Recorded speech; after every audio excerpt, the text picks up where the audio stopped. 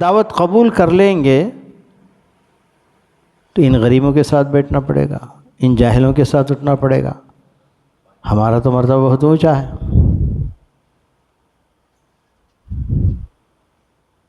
یہ دعوت قبول کرنے کے بعد ہم ماتحت ہو جائیں گے.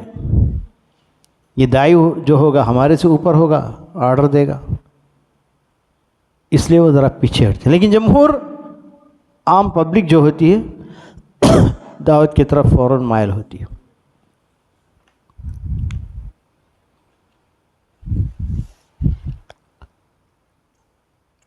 مدعو کے کچھ حقوق ہیں، مدعو پر کچھ واجبات ہیں. ما علیہ و ما لہو، ما لہو و ما علیہ. مدعو کا حق کیا ہے؟ دعوت اس تک پہنچے. یہی تڑپ پیارے نبی صلی اللہ علیہ وسلم کو ستاتی تھی. فَلَعَلَّكَ بَاخِعٌ نَفْسَكَ عَلَىٰ آثَارِهِمْ إِن لَّمْ يُؤْمِنُوا بِهَٰذَا الْحَدِيثِ أَسَفًا. تو کل قیامت کے ہمارا گریبان پکڑ سکتے ہیں، کہہ سکتے ہیں. اسی سے برات حاصل کرنے کے لیے نبی کریم صلی اللہ علیہ وسلم نے حجۃ الوداع کے موقع پر ساروں سے خطاب کیا اور پوچھا کہ الا هل بلغت، کیا میں نے پہنچا نہیں دیا؟ الا هل بلغت، الا هل بلغت. قالوا بلا قد بلغت الرسالہ ادیت الامانہ ونصحت الامہ. کیوں نہیں آپ نے پہنچا دیا؟ تبلیغ دین حنیف کا کام آپ نے کر لیا، امانت پوری کر دی. تو اللہ کے رسول صلی اللہ علیہ وسلم نے کہا اللہم فاشہد، اے اللہ اس گواہی پر تو گواہ رہنا. تو اسی لیے ہمارے استاد محترم مولانا عبد حفیظ الرحمن صاحب کہا کرتے تھے تم دعوت کا کام کرو، ایک دن ایسا بھی رکھو کہ اپنے اڑوس پڑوس جانے پہچانے لوگوں کو جمع کرو، جمع کر کے ان سے پوچھو الا هل بلغت، کہ میں نے پہنچا نہیں دیا. اگر وہ گواہی دے دے کہ ہاں آپ نے اپنا کام پورا کر لیا ہے تو سمجھو کہ آپ کامیاب ہیں. کسی شخص کے بارے میں معلوم ہے کہ کبھی ایمان نہیں لائے گا، پھر بھی اس کو بلانا ہے. اس سلسلے میں ہمارے استاد محترم شیخ التفسیر مولانا سید عبد الکبیر صاحب کہا کرتے تھے سواء علیہم انذرتہم ام لم تنذرہم لا یؤمنون. اللہ تعالیٰ کہتا ہے سواء علیہم، ان کفار پر برابر ہے. انذرتہم، تم ڈراؤ، ام لم تنذرہم، نہ ڈراؤ، لا یؤمنون، وہ لوگ ایمان نہیں لائیں گے. یہاں پر نکتہ شیخ نے یہ بتایا سواء علیہم کہا، سواء علیکم نہیں کہا. تم پر برابر ہے ان کا ڈرانا نہ ڈرانا، یہ نہیں کہا. ان پر برابر ہے تمہارا ڈرانا نہ ڈرانا، لیکن تم پر ڈراؤ گے تو اللہ کے پاس برات حاصل کرو گے، اگر نہ ڈراؤ گے تو اللہ کے پاس پوچھے جاؤ گے. ایک کے بارے میں آپ کو پورا پتہ ہے کہ یہ اسلام میں نہیں آئے گا، یہ مسلمانوں کا دشمن ہے، پھر بھی آپ کا کام ڈراتے رہنا. علامہ اقبال نے جو کہا نا کہ اگرچہ کہ بت ہیں قوم کے آستینوں میں، مجھے حکم لا الہ الا اللہ، میں برابر ڈراتا رہوں گا. واجب کیا ہے؟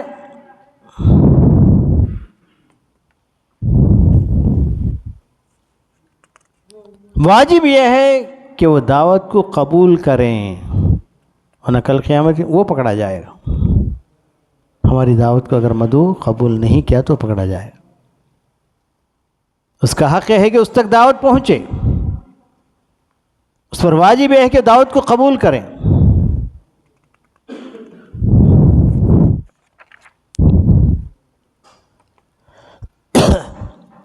دعات کے اندر ایک قسم ہے جس کو العصات کہا جاتا ہے. امت مسلمہ کے نافرمان لوگ، وہ بھی آپ کے مدعو ہیں. ان کو بلانے کا طریقہ کیسا ہے؟ ہیں کچھ درگاہ پرست ہیں، جھنڈا پرست ہیں، بدعتی ہیں، ان کو کیسے بلائیں گے آپ؟ جا کر کہیں گے ان کے پاس تم مشرک ہو تو جواب کیا ملے گا؟ میں نے تو تیرا باپ بھی مشرک ہے بولے گا۔ بدعتی کہیں گے تو میں نے تو تیرا باپ بھی بدعتی ہے بولے گا۔ تو ان کو ایسے نہیں بلانا ہے، ان سے دوستی کرنا ہے، تم بھی مسلمان ہم بھی خوش ہو جائے گا، گلے میں ہاتھ ڈال کر لے کر چلیں، چلو تم میں دونوں مل کے ایک ہندو کو مسلمان بنائیں گے، خوش ہو جائے گا، ارے مجھے اتنا بڑا مرتبہ دیا ہے کہ وہاں بھی آ کر، چلو وہاں جا کر اب توحید بیان کریں گے نا، یہ سوچنے میں مجبور ہو جائے گا، ارے یہ کام تو ہم بھی کر رہے ہیں، یہ کام ہم بھی تو کر رہے ہیں، اس کو بلانے سے پہلے مجھے اپنی اصلاح کرنی چاہیے۔ ایسے کئی نوجوان ہمارے ہاں صحیح راستے پر آ گئے، یہ دعوت کی برکت ہے۔ آپ کا دوست ہے، آپ کے ساتھ پڑھا لکھا ہے، آپ کے ساتھ اٹھتا بیٹھتا ہے، روزانہ ملاقات ہے، لیکن بدعتی ہے، مشرک گھرانے سے ہے، اس کی اصلاح کا طریقہ کیا ہے؟ دعوت کے میدان میں اتارو، پھر دیکھو کیسے حالات بدلتے ہیں۔ ڈائریکٹ دعوت کے میدان میں اتارو، چل بھائی تو بھی مسلمان ہم بھی مسلمان، ہم جائیں گے دعوت کا کام کریں گے، وہاں توحید کا بیان دیں گے تو وہ اپنے کو اس ترازو پہ رکھ کر تولے گا اور سمجھ جائے گا کہ میں بھی اسی پانی میں ڈوبا ہوا ہوں، پھر اپنی اصلاح کر لے گا۔ یہ تو مدعو کے بارے میں چند باتیں ہوئیں، اب آپ کو ہم لے کر آ رہے ہیں اسلوب دعوت کی طرف، اسالیب الدعوہ۔ اسلوب کہتے ہیں دعوت کا اسٹائل، دعوت کا طریقہ۔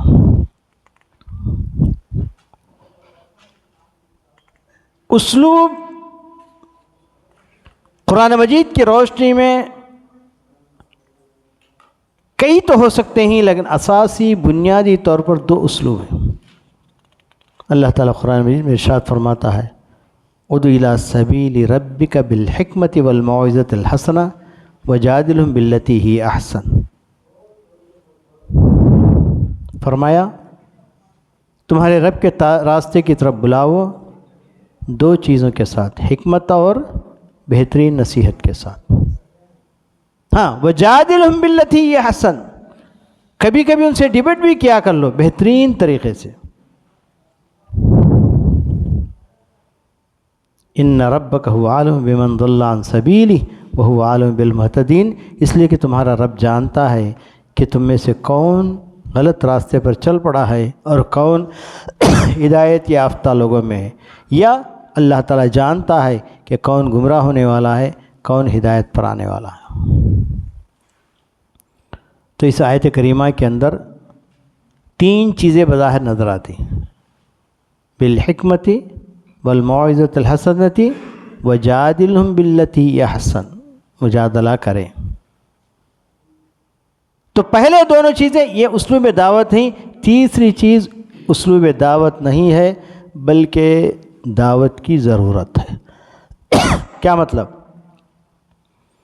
آپ حکمت سے بلائیں، بہترین نصیحت کر کے بلائیں، ڈیبیٹ نہ کریں، ڈیبیٹ کے لیے وہ چیلنج کریں تو آپ کے اندر اللہ صلاحیت دیا ہے تو آپ خود ڈیبیٹ کریں، یا کہہ دے کہ جاؤ بھائی اس شخص کی طرف رہنمائی کر دے جو ان سے ڈیبیٹ کرنا چاہتا جو عالم دین ہے۔ کچھ لوگ کیا کرتے ہیں، آؤ ڈیبیٹ کریں گے، آؤ ڈیبیٹ کریں گے، آؤ مسئلے پر بحث کریں گے۔ یہ اسلوب دعوت نہیں ہے، اسلوب دعوت ہرگز نہیں ہے۔ اگر یہ خود اسلوب دعوت ہوتا تو اللہ تعالیٰ کیا کہنا چاہیے تھا؟ یہ کہنا چاہیے تھا ادع الی سبیل ربک بالحکمت والموعظۃ الحسنۃ والمجادلۃ، ڈائریکٹ کہہ دینا چاہیے تھا اللہ تعالیٰ کو، بلکہ یہاں پر صیغہ بدل کے وجادلہم باللتی ہی احسن، ڈیبیٹ کی کبھی ضرورت پڑ جائے تو آپ کو ڈیبیٹ کرنا ہے۔ شیخ الاسلام تیمیہ رحمۃ اللہ علیہ کہتے ہیں للدعوت اسلوبان لا ثالث لہما، دعوت کے دو ہی اسلوب نہیں، تیسرا اسلوب نہیں ہے۔ جبکہ مجادلہ اور ڈبیٹ کو اہمیت دیتے ہیں. اہمیت دیتے ہوئے ایک جگہ کہتے ہیں من لم یجادل اہل الباطل ولم یقطع دابرہم فلم یؤت للاسلام حقا. جس کسی نے اہل باطل سے ڈبیٹ نہیں کیا اور جو اسلام کا حق ہے وہ ادا نہیں کیا،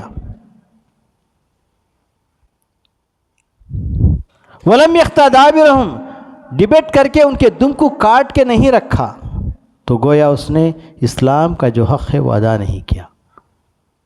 اور وہ خود کہتے ہیں ڈبیٹ اسلام کا اسلوب نہیں ہے بلکہ یہ ضرورت ہے دعوت کی، کبھی کبھی اس کی ضرورت پڑ جاتی ہے. اس ضرورت کو پوری کرنے کے لیے امت کے اندر 1 2 3 جن کو انگلیوں پر گنایا جا سکتا ویسے لوگ میدان میں ہو تو کافی. صحابہ رضوان اللہ علیہ مجمعین کے زمانے میں جب مسلمانوں سے کٹ کر خوارج الگ ہو گئے تو ڈبیٹ کے لیے بھیجا تھا کس کو؟ حبر الامہ عبداللہ ابن عباس رضی اللہ تعالیٰ عنہ. بڑے مجادل تھے، بڑے مناظر تھے. جا کر سب سے پہلا سوال انہوں نے کیا حل منکم احد، کیا تم میں سے کوئی ہے صحابی؟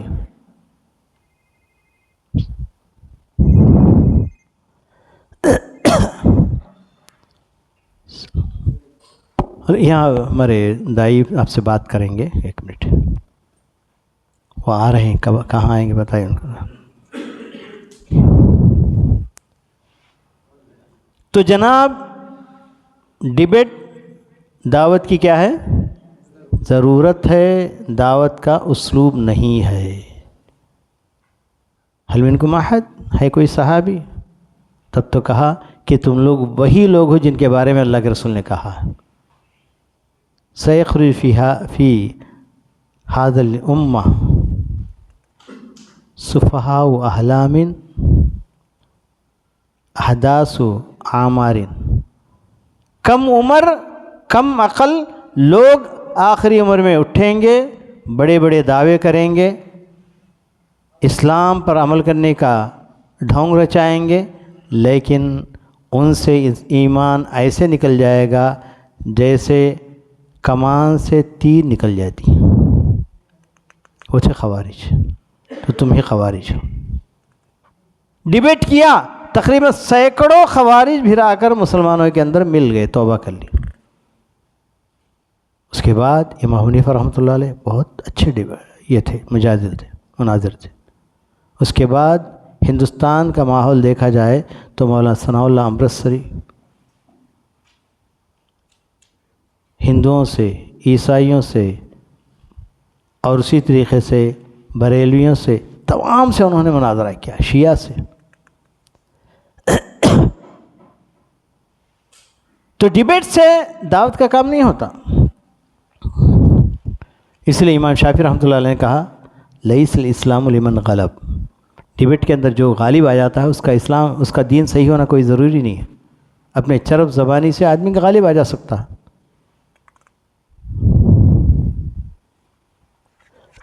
کبھی کبھی ڈبیٹ کی ضرورت پڑتی ہے تو ڈبیٹ کرنا پڑتا ہے، اگرچہ کہ اللہ تعالیٰ آپ کے اندر وہ صلاحیت رکھا ہے. تو ایک مرتبہ ایسے ہوا کہ ہمارا کیمپ لگا ہوا تھا، 8 دن سے کیمپ چل رہا تھا، لوگ دائی بن رہے تھے، شام میں فیلڈ ورک کے لیے روزانہ جاتے تھے. ایک دن ایسا ہوا کہ ایک دائی آیا، یہ کیا ہے بے دعوت کا طریقہ تمہارا؟ کتنے لوگ کیمپ کے اندر مسلمان ہوئے؟ ہم نے کہا کہ 6 آدمی مسلمان ہوئے. میں اس کیمپ میں ہوتا تو سینکڑوں لوگوں کو اسلام میں داخل کر دیتا. تیرا طریقہ کیا ہے؟ ڈبیٹ کا طریقہ ہے میرا. چل تو کیوں مایوس ہوتا؟ چند بچوں کو اس کے حوالے کر دیا گیا. جا کر عیسائی گھر میں اترا اور بائبل اٹھایا اور بتانے لگا یہاں تمہارے بائبل میں غلطی ہے، یہاں غلطی ہے، یہاں غلطی ہے، یہ غلط کتاب ہے، اس کو چھوڑو، قرآن کی طرف آؤ. انہوں نے جواب کیسے دیا پتہ ہے؟ کہا کہ تم یہیں بیٹھے رہو. گئے پاسٹر کو لے کر آئے، اب بتاؤ غلطیاں کیا ہیں؟ تو جب اس نے بتانا شروع کیا تو پاسٹر کہتا تو یہ پڑھا ہے، آگے کا نہیں پڑھا، پیچھے کا نہیں پڑھا۔ تو اس وقت لوگوں نے کہا کہ یہ لوگ اسلام کی طرف دعوت دینے کے لیے جو آئے یہ جھوٹے، یہ جھوٹے۔ جھگڑا شروع ہو گیا، پھر ہم نے جا کے اس کو جھگڑے کو ختم کیا۔ 8 دن سے جو کام چل رہا تھا اس پر انہوں نے پانی پھیر دیا ڈیبیٹ کر کے۔ ڈیبیٹ کا کوئی فائدہ نہیں ہے، ڈیبیٹ سے بچیے۔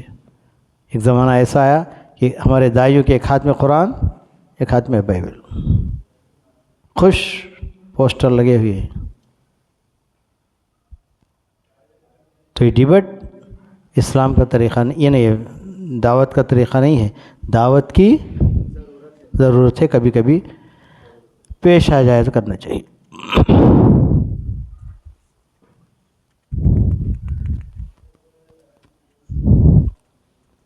موعظۃ حسنہ اور حکمت، یہ دونوں دعوت کے اسلوب ہیں۔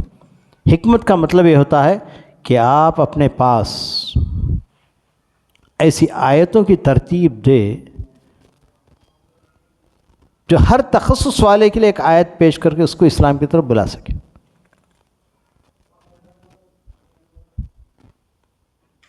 مثال کے طور پر ایک شخص پانی میں غوطہ لگا کے ہیرے جواہر تلاش کرنے والا ہے، اس کو اسلام کی طرف بلانا ہے۔ کون سی آیت تلاش کریں گے، پیش کریں گے؟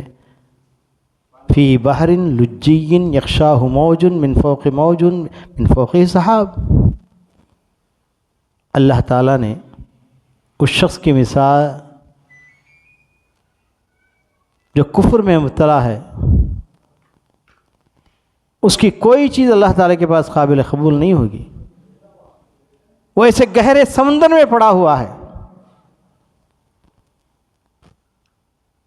جس سمندر کے اندر لہریں ہیں، ایک کے اوپر ایک لہریں، اس کے اوپر بادل ہے، ظلمات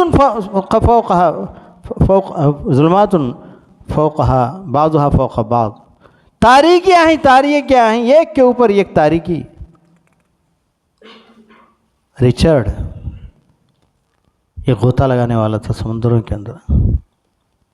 جب اب کام سے فارغ ہوا، ایک ہوٹل میں گیا آرام کرنے کے لیے، دیکھا کہ قرآن کھلا ہوا ہے، اس کے اندر یہ آیت اس نے پڑھی۔ بلا کر پوچھا کہ کتاب کس نے لکھی؟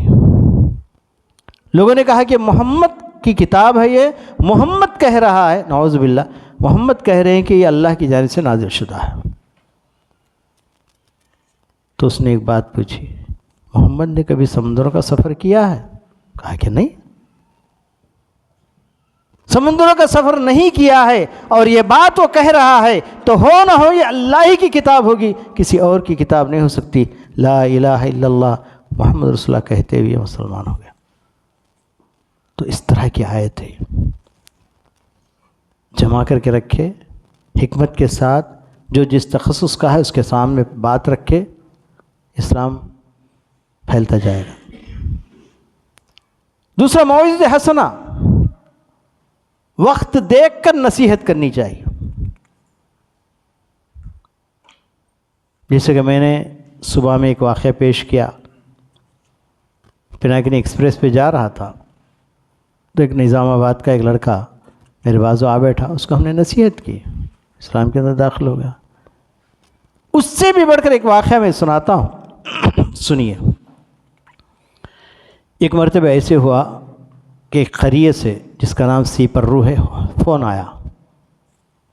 آندھرا پردیش ایلور کے بازو میں قریہ ہے۔ تو اس قریے والوں نے کہا کہ یہاں یہ ایک بوڑھیا رہتی تھی، بازو کے قریے والوں نے، اور اس کا انتقال ہو گیا، جو مسلمان تھی۔ نہ یہاں قبرستان ہے، نہ مسجد ہے، نہ امام ہے، نہ کفن دفن کا انتظام ہے، کچھ بھی نہیں۔ آپ اپنی خاتون کو لے کر جائیے۔ ہم نے حکم دیا، بازو بستی سے، نو مسلمین کی بستی تھی بازو میں، بستی والوں کو حکم دیا جاؤ اس بوڑھیا کو لے کے آؤ۔ تو ایک ٹرک کے اوپر میت رکھ کے، باڈی رکھ کے لے کر آئے اور لا کر ہمارے حوالے کیا۔ میں نے میت کو عورتوں کے حوالے کر دیا اور غسل اور تکفین کا کام ہوا. ہم نے نماز پڑھی. تقریباً 50 آدمی تھے ان کے، اس بوڑھیا کے. سب لوگ لائن سے کھڑ کر تماشا دیکھ رہے تھے، غیر مسلم تھے. اور پھر ہم نے جنازہ اٹھایا، قبرستان چلے. وہاں جا کر دیکھا گیا تو ابھی قبر کھودی جا رہی. میں نے کہا کہ کچھ دیر کے لیے یہاں بیٹھ جاؤ. قبرستان میں بیٹھ گئے. میں نے ان سے پوچھا کہ یہ بوڑھیا کے ساتھ 2 چیزیں تھیں، ایک اس کا جسم تھا، دوسری اس کی آتما تھی. جسم کو ہم نے غسل دیا، کفن پہنایا، دفن کے لیے لائے ہیں. اس کی آتما کہاں گئی؟ کوئی جواب نہیں تھا. اس کے بعد میں نے آتما کا سفر کیسے ہوتا ہے، براء ابن عازب رضی اللہ تعالیٰ عنہ کی حدیث صحیح مسلم ہے، اس کو میں نے بیان کیا. کس طریقے سے جنتی ہے تو جنت کے فرشتے آتے ہیں، جہنمی ہے تو جہنم کے فرشتے آتے ہیں، اپنے ساتھ کفن لاتے ہیں، اور جنتی جنت کی طرف لے کر جاتے ہیں، جہنمی یعنی وہ علین کی طرف لے جاتے ہیں، سجین کی طرف لے جاتے ہیں. علین میں جو جاتے ہیں ان کے لیے جنت ہے، سجین میں جو لوگ جاتے ہیں ان کے لیے جہنم ہے. تو یہ باتیں بتا کر میں نے پوچھا کہ آپ کہاں جانا چاہتے ہیں، جنت میں یا جہنم میں؟ سیدھی سی بات. ان لوگوں نے یہی جواب دیا. 50 آدمی نے ایک ساتھ کہا کہ ہم جنت جانا چاہتے. تو ہم نے پوچھا کہ پھر جنت جانے کے لیے پاسپورٹ چاہیے، ایسے جنت میں داخلہ نہیں ہے. پوچھا کہ ہم پاسپورٹ کہاں سے بنائیں؟ پاسپورٹ کچھ بھی نہیں. یہ کلمہ آپ لوگ پڑھیے، لا الہ الا اللہ محمد رسول اللہ، سیدھی جنت. اللہ کی قسم سب نے ایک آواز ہو کر یہ کلمہ پڑھا. 50 آدمی نے. الگ بات ہے کہ اس میں کون باقی رہے، کون چلے گئے، اس لیے کہ وہاں ایک قریہ تھا. اس قریے کے پورے لوگ 120 آدمی تھے، وہ 19 گھر تھے ان کے، وہ پورے کے پورے ایک ساتھ اسلام لائے تھے. ان کے لیے ہم نے مسجد بنا کر دی. اس کے بعد وہ قریہ والی یہ بیوی یہ عورت تھی. وہی اس عورت کا قصہ میں نے بتایا کہ جو حرکتیں کرتی تھی. کفن دفن کا مسئلہ آیا تو قبرستان نہیں تھا، تلو کے کٹے پر ہم نے دفن کر دیا. تو جو بھی بوڑھیاں ان کے رشتہ دار اس قریے کو جاتے، وہاں کے حالات دیکھ کر متاثر ہوتے، مسلمان ہو جاتے. کوئی نہیں، دائی نہیں گیا وہاں پہ ان کو بڑا بنانے کے لیے. تو بہرحال وقت دیکھ کر، حالات دیکھ کر نصیحت کرنی ہے، جس کو موعظت حسنہ کہتے ہیں. اس کو کیا کہتے ہیں؟ موعظت حسنہ، ترغیب ترہیب. اور اسی کیمپ میں جس کے بارے میں نے بتایا کہ ایک دائی آ کر انہیں ڈیبیٹ کے لیے لے کر گیا، اسی کیمپ میں جمعے کا دن جیسے آپ کے لیے جمعے کا دن آیا تھا.